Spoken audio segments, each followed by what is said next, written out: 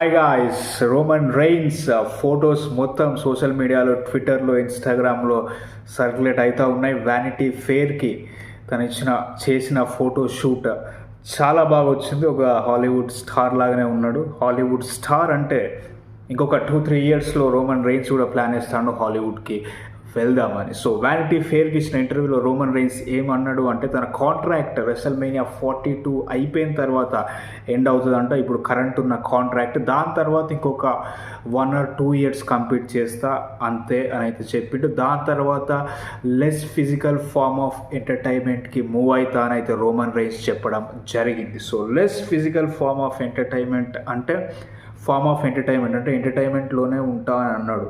So definitely అది Hollywood అయ్యే chances అయితే ఎక్కువగా ఉన్నాయి. సో 42 తర్వాత 1 or 2 ఇయర్స్ అంటే ఐదర్ 2027 or 2028 లాస్ట్ కాబోతుంది రోమన్ రైన్స్కి. అంటే ఫుల్ టైమర్గా మేబీ 28 తర్వాత పార్ట్ టైమర్గా అక్కడక్కడ వచ్చి మ్యాచెస్ ఆడవచ్చు, మూవీ షూటింగ్స్ చేసుకోవచ్చు. ఇప్పుడు జాన్సన్ ఎలాగైతే చేస్తాడో అట్లా.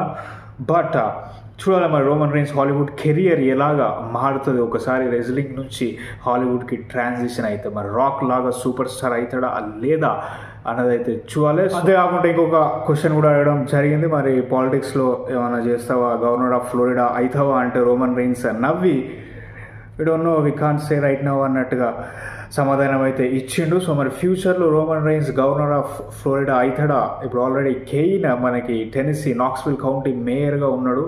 రోమన్ రైన్స్ కూడా పాలిటిక్స్లోకి ఎంటర్ అయ్యి గవర్నర్గా మారుతాడా ఫ్లోరిడాకి లేదా అనేది చూడాలి. సో తను ట్రంప్ సపోర్టర్ అని కూడా చెప్పడం జరిగింది. డెమోక్రాట్స్ యుఎస్లో పార్టీ. సో ఇప్పుడు ట్రంప్ గెలిచింది అక్కడ దాని నుంచే.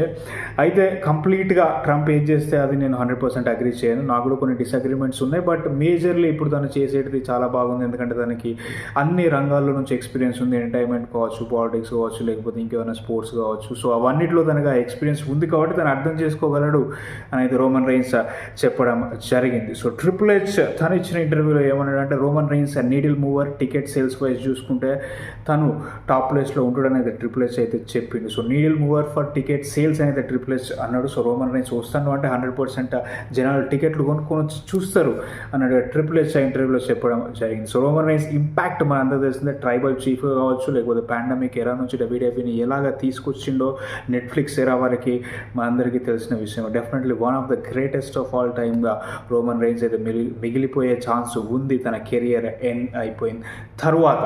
సో అది స్టోరీ గైస్. మరి రెసల్మేనియాలో గెలుస్తాడా లేదా ఈ ట్రిపుల్ థ్రెట్ మ్యాచ్లో అనేది అయితే చూడాలి.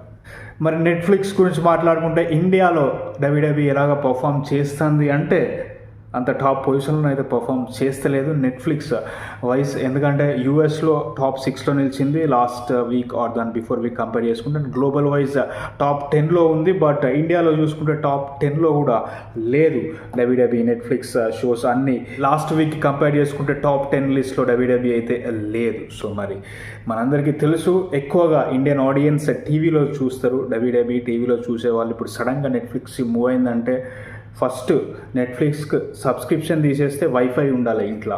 సో ఇంట్లో వైఫై ఉంటే నెట్ఫ్లిక్స్ ఉంటుంది. నెట్ఫ్లిక్స్ దాని తర్వాత దాని సబ్స్క్రిప్షన్ సంగతి ఆలోచించవచ్చు. సో చాలామంది టౌన్స్లో కావచ్చు ఇంకా వైఫై కనెక్షన్ ఉండదు mostly.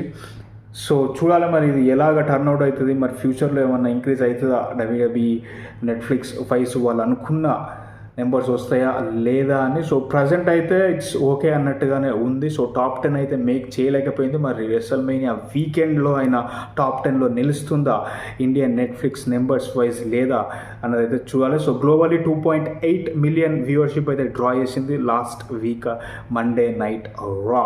And SmackDown number 1గా నిలిచింది యునైటెడ్ స్టేట్స్లో 1.5 మిలియన్ వ్యూవర్షిప్తో. సో అది స్టోరీ గైస్. అండ్ అంతేకాకుండా 2 డబ్ల్యూడబ్ల్యూఈ పాడ్కాస్ట్లు అయితే మన ముందుకు రాబోతున్నాయి. ఒకటి స్టెఫనీ మిక్మ్యాన్ నుంచి వాట్స్ యువర్ స్టోరీ అనేది April 17th నుంచి అయితే స్టార్ట్ కాబోతుంది. స్టెఫనీ మిక్మ్యాన్ ఆ పాడ్కాస్ట్ని అయితే కండక్ట్ చేస్తుంది. వాట్స్ యువర్ స్టోరీ ఆ పాడ్కాస్ట్ పేరు. సో ఆల్రెడీ స్టెఫనీ ప్లేసెస్ అని ESPNలో స్పెషల్ షోస్ అయితే వస్తుంది స్టెఫనీ. సో ఇప్పుడు పాడ్కాస్ట్ కూడా యాడ్ కాబోతుంది April 17th నుంచి. అంతేకాకుండా కోడీ రోడ్స్ పాడ్కాస్ట్ కూడా ఉంటుంది. ఆ పాడ్కాస్ట్ పేరు ఏంటంటే what do you want talk about. So what do you want talk about అనే పాడ్కాస్ట్ కోడీ రోడ్స్ కూడా end of the month April last week కానీ లేకపోతే మేలో కానీ స్టార్ట్ అయ్యే ఛాన్సెస్ అయితే ఉన్నాయి. సో మరి ఈ పాడ్కాస్ట్లో ఎవరెవరు గెస్ట్లు వస్తారు అని ఎంత ఎక్సైటింగ్గా ఉండబోతుంది అనేది తెలుసుకోవాలి. అంతేకాకుండా AEW star Darby Allin mount Everest climb చేసే పనిలో ఉండడమే కాదు, ఆల్రెడీ ఎక్కేస్తున్నాడు. ఏప్రిల్ 7th స్టార్ట్ అయిన తన మౌంట్ ఎవరెస్ట్ జర్నీ మే 30th ఎండ్ అవుతుందంట.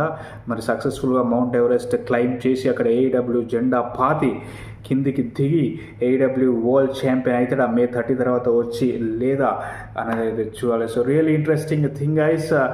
అదే కాకుండా నిక్ ఖాన్ డబ్ల్యూడబ్ల్యూఈ ప్రెసిడెంట్ ఏం చెప్పిండు అంటే, ఏడబ్ల్యూలో చాలామంది సూపర్ స్టార్స్ ఉన్నారు, నాకు తెలుసు, నాకు కూడా చాలా బాగా అనిపిస్తుంది. ఎందుకంటే ఏడబ్ల్యూ కాంట్రాక్ట్స్ అయిపోయిన తర్వాత వాళ్ళు ఎక్కడికో పోరు, మా దగ్గరికి రావాలని అయితే చూస్తారు అన్నట్టుగా నిక్ ఖాన్ చెప్పడం అయితే జరిగింది. సో ఎస్, కొందరు ఏడబ్ల్యూ స్టార్స్ వాళ్ళ కాంట్రాక్ట్ అయిపోయిన తర్వాత డబ్ల్యూడబ్ల్యూకి రావాలని చూస్తారు. ఆల్రెడీ నెక్స్ట్లో మనకు తెలుసు Ethan Page, Shawn Spears, Ricky Saints రీసెంట్గా.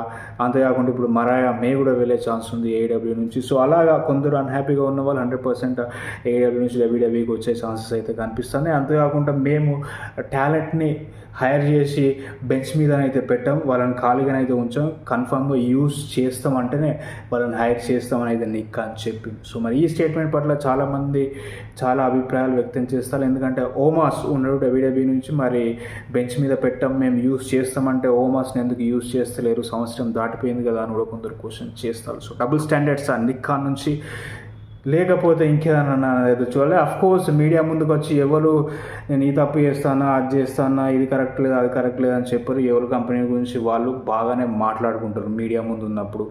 సో అది మనం అర్థం చేసుకోవాలి. సో అది స్టోరీ గైస్ అని అభిప్రాయం. Thank you so much for watching. అంతేకాకుండా రోమన్ రెయిన్స్ ఈ ఫోటోషూట్ గురించి మీరు కన్ఫామ్గా నాకు కమెంట్స్లో చెప్పాలి, ఎలాగుంది, నచ్చిందా లేదా అని. సూపర్గా ఉంది, నాకైతే చాలా బాగా నచ్చింది.